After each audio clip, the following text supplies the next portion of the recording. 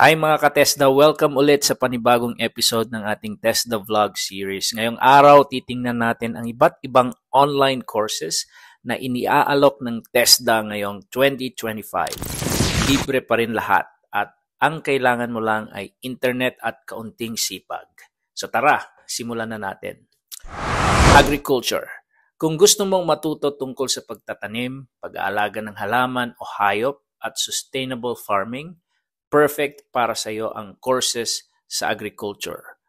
Number 1, Agro Entrepreneurship NC2. Number 2, Aquaponic Food Production. Number 3, Organic Agriculture Production NC2. 4, Agricultural Crops Production NC2. At number 5, Fruit Growing. Alright, second category, HVAC, heating, ventilating, air conditioning, and refrigeration. So kung mahilig ka sa technical at hands-on work, lalo na sa pag-ayos ng aircon at refrigeration systems, swak sa iyo to. Number 1, refrigeration and air conditioning servicing. Number 2, commercial air conditioning installation and servicing NC3. Now, next category ay food processing. So kung mahilig ka sa pagkain at gusto mong matutong gumawa o magproseso ng food products, ito ang bagay sa iyo. So course offered, food processing NC2. Now, under tourism and hospitality.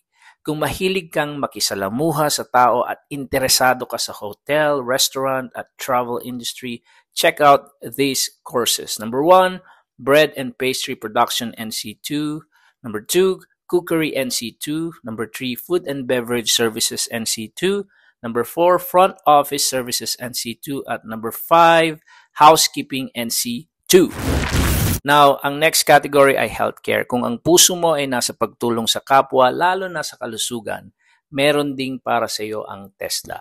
Number 1, Barangay Health Services NC2. Next, Massage Therapy NC2. Next, Caregiving Elderly NC2. Number 4, Contact Tracing NC2. Number 5, Barangay Infectious Disease Management Services Level 2. At number 6, Practicing COVID-19 Preventive Measures in the Workplace. Sa construction naman, kung gusto mong pasukin ang construction industry o maging skilled worker, dito ka na. Number 1, Plumbing NC2. Number 2, Photovoltaic Systems Installation NC2. At lastly, Technical Drafting NC2. Next category ay automotive. Kung mahilig ka sa kotse at gusto mo matuto kung paano ito ayusin, lalo na ang makina, may course ka rin dito. Ito yung Automotive Servicing or Engine Repair NC2.